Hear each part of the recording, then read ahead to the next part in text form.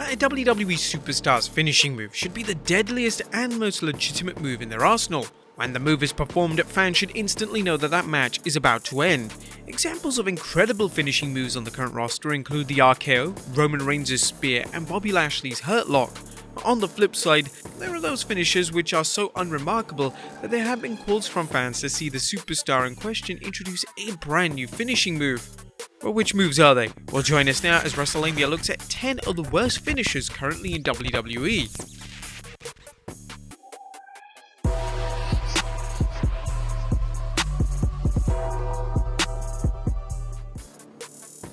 Be sure to subscribe and hit that notification bell for daily wrestling videos, and follow us on Facebook for exclusive lists.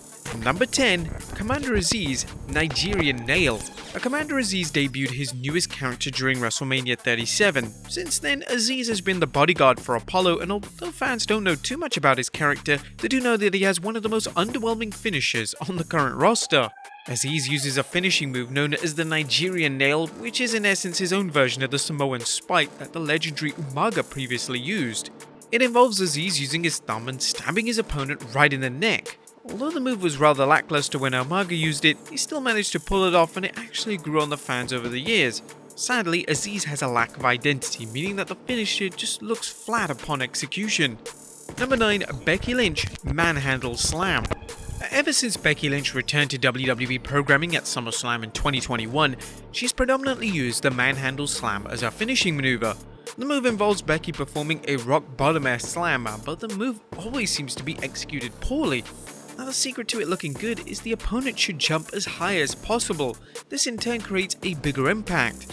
But sadly, this rarely happens. The move looks clumsy, and Becky should seriously consider a brand new finishing move.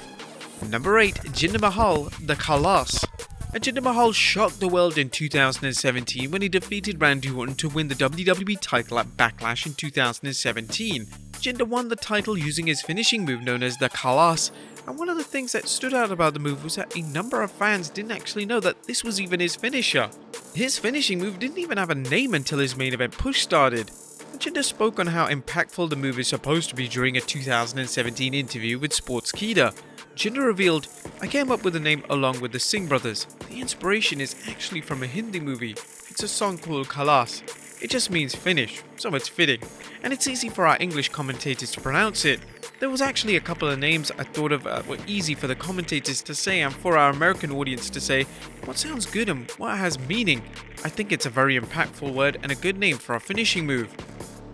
Unfortunately, the move just doesn't click and fails to look credible at all. The move is supposed to begin with a Cobra Clutch before Jinder hits a slam. The move can look really messy upon execution, as Jinder often struggles to lock in an effective Cobra Clutch. Number 7. MADCAP Moss, the Punchline. WWE seems to be set on making MADCAP Moss a future star in the company. He's had notable victories over the likes of former WWE Champion Kofi Kingston, and has even eliminated AJ Styles from the 2022 Royal Rumble. Although Moss is associated with Baron Corbin on screen, this has done him very little favours, as he's received little reaction from the live crowd. One of the problems with Moss's in-ring work is that he has a rather awkward looking finishing move. It's known as the Punchline, and it's a standard neckbreaker that Moss is clearly struggling to perfect. If WWE truly wants Moss to be a future main eventer, then they're gonna have to give him a credible finishing move that actually looks like it could put away a WWE superstar for the 3 count. Number 6. Nikki Ash, the Crossbody. Since Nikki Ash debuted her new superhero persona, she's been using a crossbody as one of her finishing moves. This was the finishing move which Nikki won the Raw Women's title in 2021, and the move is fine in execution, it's just not really an appropriate move for a finisher. The logical explanation is that Nikki needs a top rope move to match her persona, and the crossbody literally features her flying through the air. The issue is that the crossbody is just a standard traditional move which fails to stand out when it's presented as someone's finishing move. Number 5. Charlotte Flair, Natural Selection. Charlotte Flair uses a total of 2 finishers. One is a figure 8, which is actually a great looking move which shows off Flair's athleticism and looks incredibly legitimate, but her alternative finishing move is known as Natural Selection. The move involves Charlotte's opponent being on their knees, and Charlotte hits a front facelock cutter on her opponent. Due to the opponent only falling a small distance from their knees to the mat, the move doesn't have too much of an impact. Now, although it should be appreciated that Charlotte has more than one finisher, After all, her father Ric Flair used the figure 4 for the entirety of his career, the natural selection finishing move simply just doesn't hit the mark. Number 4. Lacey Evans, the women's right. When a WWE superstar uses a punch as their finishing move, they have to make sure that the punch looks lethal upon execution.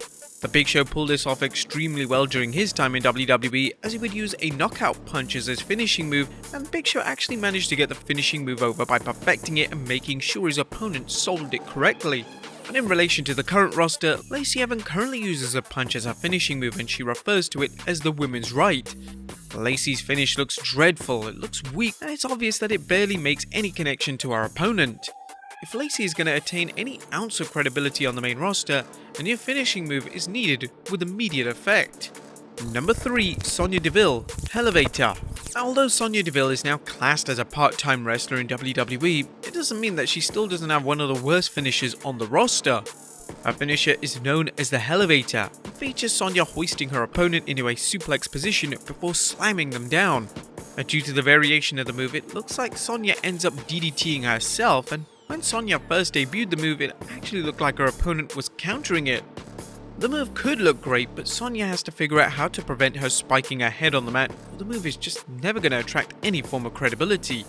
Number 2. Omos two-handed chokeslam. The two-handed chokeslam finishing move has been used by a number of giants throughout WWE history, and the latest wrestler to use the move is Omos.